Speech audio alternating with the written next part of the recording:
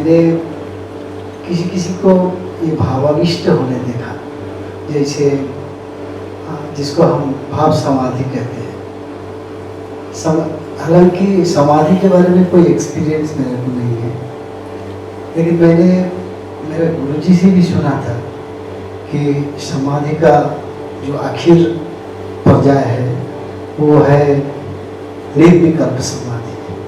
उसका भी 3 तरीका है, ये रूप निर्विकल्प और ज्योति निर्विकल्प और अंधकार निर्विकल्प। तो इसके बारे में सुनने के लिए खूब इच्छा हो रहा है। ये भगवान कृष्ण के ही थॉट स्कूल से निकली हैं। निर्विकल्प का मतलब क्या होता है? जब कोई विकल्प ना रहे, ख़त्म बात। अब निर्विकल्प के भी हम डिवीज़न कर दें, फिर उनको समझाएं, तो शिष्य फिर यही पूछे कि गुरुजी नहीं समझ में आया कुछ, लेकिन नहीं समझ में आया तो फिर तो छोड़ दे सब। निर्विकल्प का मतलब विकल्प का ख़त्म हो जाना, किसी अल्टरनेटिव का बचना ही नहीं। उनको कठिन बनाना पड़ता है गुरु, क्योंकि अगर वो कह दें कि ये तो इतना आसान है, तो शिष्य तो ऐसे ही मुंह देखता रहता है कि कैसे आसान है, कहाँ आसान है। लेकिन नहीं, देखो इसका अंधकार निर्विकल्प, रूप निर्विकल्प और ये तीसरा क्या बताया? ज्योति निर्विकल्प। इनको भी समझाया जाए। इनको समझने के बाद भी अंत में निष्कर्ष यही निकलेगा कि कोई विकल्प नहीं है। कोई विकल्प का मतलब नहीं, समर्पण, टोटल सरेंडर। टोटल सरेंडर किस चीज़ का?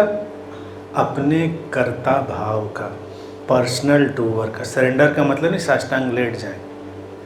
जो लोग साष्टांग लेटते हैं उनका हाथ आखिर में गुरु की गर्दन पे जाता है,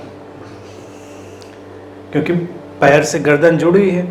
तो जिसने हाथ लगाया पैर में बहुत कस के और कर्ता भाव नहीं गया, तो धीरे धीरे उसका हाथ गर्दन तक ही पहुंचेगा। तो वो नहीं है समर्पण। समर्पण का मतलब ये है कि हमने अपना कर्ता भाव छोड़ा, पर्सनल डूअर। मैं करने वाला नहीं हूँ। जो कृष्ण कह रहे हैं अर्जुन से, तू करने वाला नहीं है। वही समर्पण का अर्थ वही है। जब हमारा कर्ता भाव खत्म हुआ, समर्पण घट गया, फिर जो होना है वो हुआ। तभी होता है। और तभी क्या होता है? तभी हमको दिखता है कि कोई विकल्प नहीं है।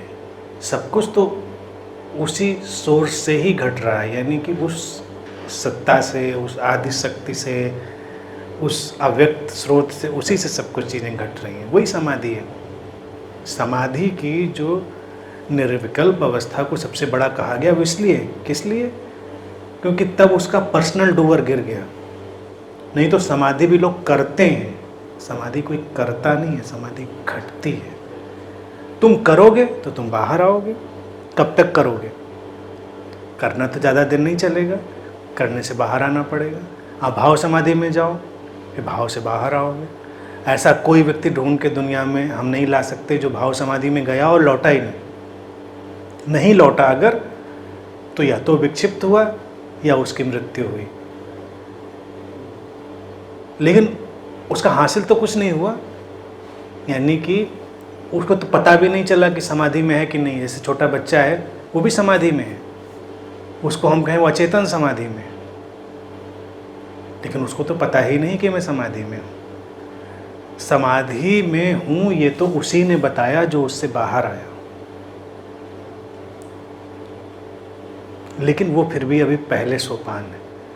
अंतिम सोपान निर्विकल्प ये है कि जब करने का कुछ रहा नहीं, निर्विकल्प हुआ, तब भी उसने जाना, तब उसने एक बोध की तरह, अंडरस्टैंडिंग की तरह जाना कि मैं करने वाला नहीं हूँ, सब अस्तित्व ही कर रहा है। सब वो कॉस्मिक लॉ या वो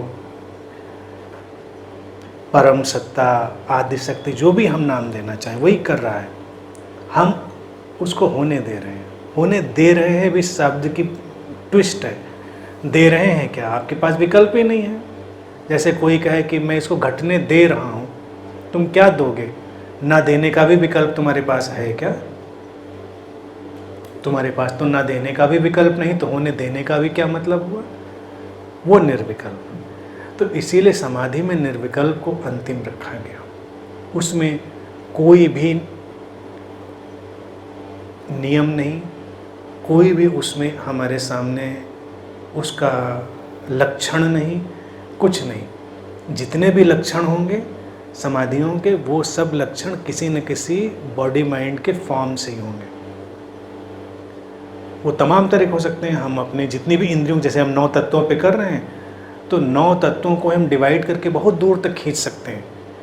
एक एक तत्व पे तमाम तरह के एक्सपीरियंस घटेंगे, तमाम तरह की। तो हम कहेंगे वो एक ख़ास किस्म का हमको अल्टर्ड स्टेट ऑफ माइंड, समाधि। लेकिन क्या है, कृष्ण भी ये बात नहीं कह रहे हैं। उन्होंने सीधे उस समय उससे कह दिया कि मैं तो उसके पार हूँ, 9वें पर, परा, ट्रांसेंडेंटल।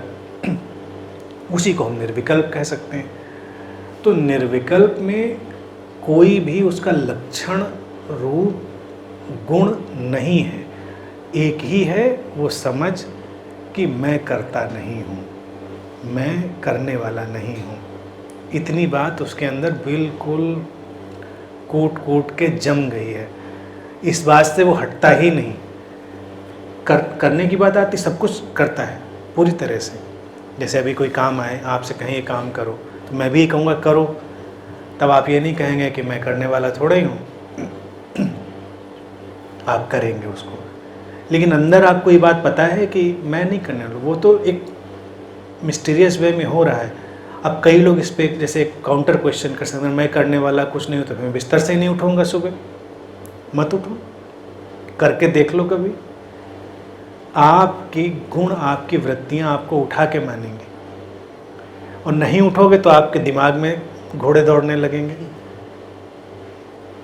तो करने के लिए व्यक्ति अभिशप्त है, करने के लिए हम डिजाइंड हैं। बॉडी माइंड हमारा, शरीर मन, तो कोई ये कह ही नहीं सकता कि मैं नहीं करूँगा। करना वक्त पर आएगा, आप करेंगे ही, आप उससे बच ही नहीं सकते।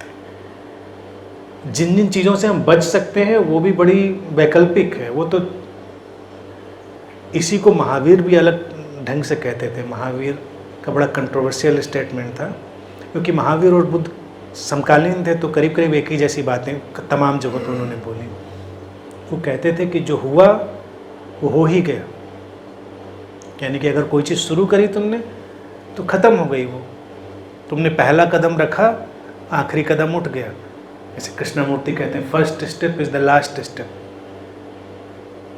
महावीर वही बात कहते थे। और बुद्ध क्या कहते थे, घटनाएं घटती हैं, परिस्थितियाँ बनती हैं, करने वाला कोई नहीं। अब हम आपसे कहें कि विनोद जी ज़रा ये पानी का गिलास वहाँ रख दीजिए, अब आप कहें कि अनंत श्री तो कहते थे कि तुम करते नहीं हो, मैं नहीं रखूँगा। तो महावीर कहेंगे कि अगर उसको वहाँ रखना है तो वो रख गया, आप उसको नहीं रखेंगे, थोड़ी देर में कोई और आएगा उठा के वो वहाँ रखाएगा। यानी घटना घटती रहेगी, कर्म बनते रहेंगे, उनको रोका ही नहीं जा सकता। परिस्थितियों में जो चीज़ें बन गई हैं उनको तमाम योगी हुए, बहुत बड़े बड़े महात्मा हुए, उन्होंने कहा हम ये साधना करेंगे, ये करेंगे, हम अपने शरीर को ऐसे रोक देंगे, अपने मन को। लेकिन जब शरीर को अगर बीमार होना था, शरीर की मृत्यु होनी थी, वो आई, नहीं रोक पाए। क्यों? क्योंकि वो घटना थी तो घटी। कईयों के साथ नहीं घटी, कईयों के साथ घटी। तो हम ये क्लेम ही नहीं कर सकते कि हम कुछ नहीं करेंगे। हम नॉन डूअर हैं, लेकिन हमसे सब कराया जाएगा वक्त पर। अब जैसे मैंने प्रश्न की बात हमेशा कही, हमेशा रिपीट करता हूँ, कोई प्रश्न नहीं पूछता, प्रश्न घटते हैं। अब यहाँ इतने लोग बैठे हैं, कोई पूछता है, कोई नहीं पूछता, किसी के अंदर घटता है, किसी के अंदर नहीं घटता। तो इसका कोई वही नहीं है। लेकिन घटता क्यों है? क्योंकि इतने लोगों में से कोई ना कोई कुछ ना कुछ जानने की इच्छा रख रहा है। तो जिसके अंदर वो इच्छा है, तो प्रश्न की तरंग पैदा हो गई, वो किसी के अंदर वो रूप ले लेगी और वो शब्दों में ढल जाएगी, क्योंकि किसी के अंदर उसको जानने की जिज्ञासा बन गई। तो वो बन गई तो प्रश्न को बना देगी। वो हमारे मुंह से नहीं बनेगा तो किसी और के मुंह में बन जाएगा। भारत में इसी को हम आशीर्वाद भी कहते हैं। जैसे कि आप आए और मैंने बस आपके लिए कहा कल्याण हो आपका, या आपका कोई भी लव्ड वन है उसने आपके लिए शुभ भावना करी। हो सकता है वो कुछ भी ना कर पाए, लेकिन अगर उसकी भावना बड़ी इंटेंस हुई शुभ की, तो आप निकले, शुभ की वो तरंग, वो ऊर्जा किसी न किसी को माध्यम बनाएगी और कुछ न कुछ आपके लिए जो उसके दिल में होगा वो चीज़ होगी। आप घर से निकले, आपके लव्ड वन, आपकी माँ या कोई भी लव्ड वन आपके घर में, उसने सोचा कि भी इसको ये चीज़ खिला देते, हम खिला नहीं पाए, काम था और चला गया बिना खाए। आप यकीन मानिए ऐसे तमामों उदाहरण आपको मिलेंगे जब आप पहुँचेंगे कहीं और कोई आपको बुला के आपको वही चीज़ खिला देगा जो वो खिलाना चाह रही होगी घर में आपका लव्ड वन, क्योंकि वो ऊर्जा अपना काम करेगी, वो रुकेगी नहीं कहीं भी। तो इसी तरह से ये जो करता है ना, ये व्यक्ति नहीं है, वो अस्तित्व से घट रहा है और वो घटनाएं होती रहेंगी। आप सोच लें कि मैं नहीं करूँगा, तब भी घटनाएं होती रहेंगी।